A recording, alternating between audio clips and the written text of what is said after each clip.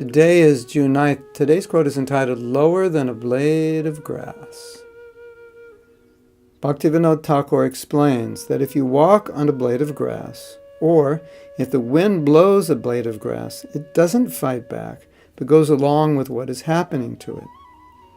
We are lower than the grass, not as good as grass, because we are the opposite. We often oppose what is happening to and around us rather than accepting it. We may sometimes even resist the Lord's mercy.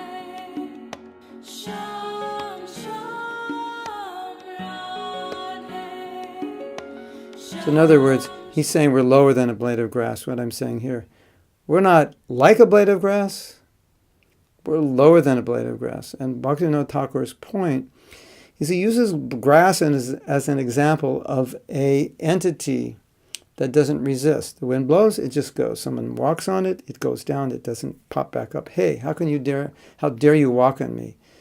So he's describing that an aspect of humility is to go with what's happening, to accept what's happening around us, to not resist, to not fight. Now, a lot of times devotees wonder, well, what does it mean, lower than a blade of grass? So here is one definition we're getting from Bhaktivinoda Thakura. Of course, you could feel very lowly, like a blade of grass, like an ant, like an insect. But here specifically, he's not using that example as lowly blade of grass, but as an entity that's not resisting. So we resist a lot of things that happen to us. We want to control things we can't control. So he's describing that being able to go along with what's happening that we can't control is a sign of humility. And it is interesting because that is necessary for us to improve our chanting, or to be able to chant Kirtaniya Sada Hari. To always be able to chant, we have to be tolerant, we have to be accepting of situations around us. And we all know how difficult that is because there's so many things that bother us. So I just wanted to include this to give Bhaktivinoda Thakura's definition of how he understands this particular aspect of this verse as the blade of grass, because it's so relatable to all of us, because it's so difficult for us to just tolerate everything that's happening. But acceptance is humility, and we should remember that that acceptance is going to help us in our chanting. It's just accept what Krishna gives, don't resist. Now, the last thing I said, which I added myself, was that sometimes Krishna gives mercy and we don't want that mercy. It's like too much. And you might say, well, why wouldn't you want that mercy? Because maybe the mercy is pushing you a little further than you want to go, or pushing you a little faster than you want to go. And so we resist. So that's also something to consider.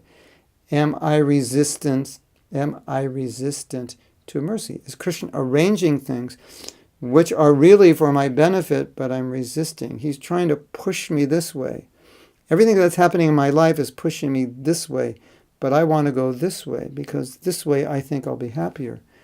But is Krishna actually pushing me this way? Is there a reason? And am I resisting it? Am I afraid to go this way? Is this way actually better? Is he sending a message? I don't know for you, but I'm just putting it out there that you can consider that sometimes things do go in a certain way, and although we try to go this way, it's really difficult, or it doesn't happen, or perhaps it's a struggle, and it may just not seem right, and it may seem that Krishna wants it to go this way. So we want to be aware of that. We're not always doing the right thing, and so sometimes Krishna intervenes and he pushes us in the right way. Don't resist it. It's his mercy. See it as his mercy. Don't resist mercy. That's not good.